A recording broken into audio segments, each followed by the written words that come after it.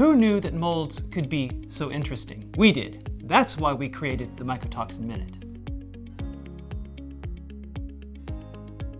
About a month ago, we encountered some intriguing results from corn silage from North America. In the samples we tested, Fusarium had produced T-2 and HT-2 toxins in very different concentrations. For T-2, 0.95% of samples were above the LOD, while a whopping 19.5% of samples were above the LOD for HT-2. At this point, Martina asked a tough question. Let's hear it from her. While a Fusarium mold is the main fungus responsible for the production of these two toxins, the respective proportion of the two toxins can vary, as you can see with these numbers. Why is that, you might ask?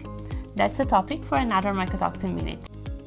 You can always count on the Mycotoxin Diva for good ideas. So what's going on here? In the case of T2 and HT2 toxins, it's to do with a process known as deacetylation. A clue to the meaning is in the word itself.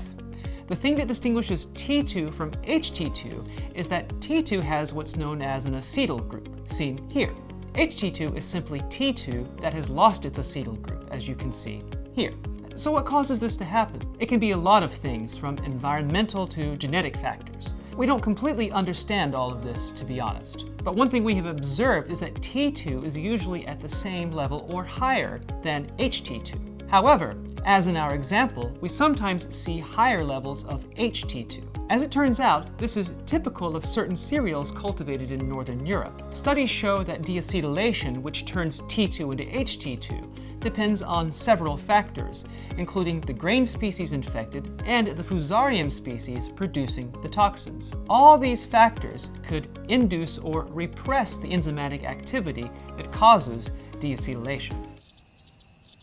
Hey, who said mycotoxins were an easy subject with easy answers? That's all for now. But before I go, a programming note. We'll be taking a break next week to give you the chance to enjoy our annual World Mycotoxin Survey webinar with our friends at Biomin. To learn more, visit us at romerlabs.com/en/mycotoxin-webinar. And yes, before you ask, both Martina and I will be there. Bye.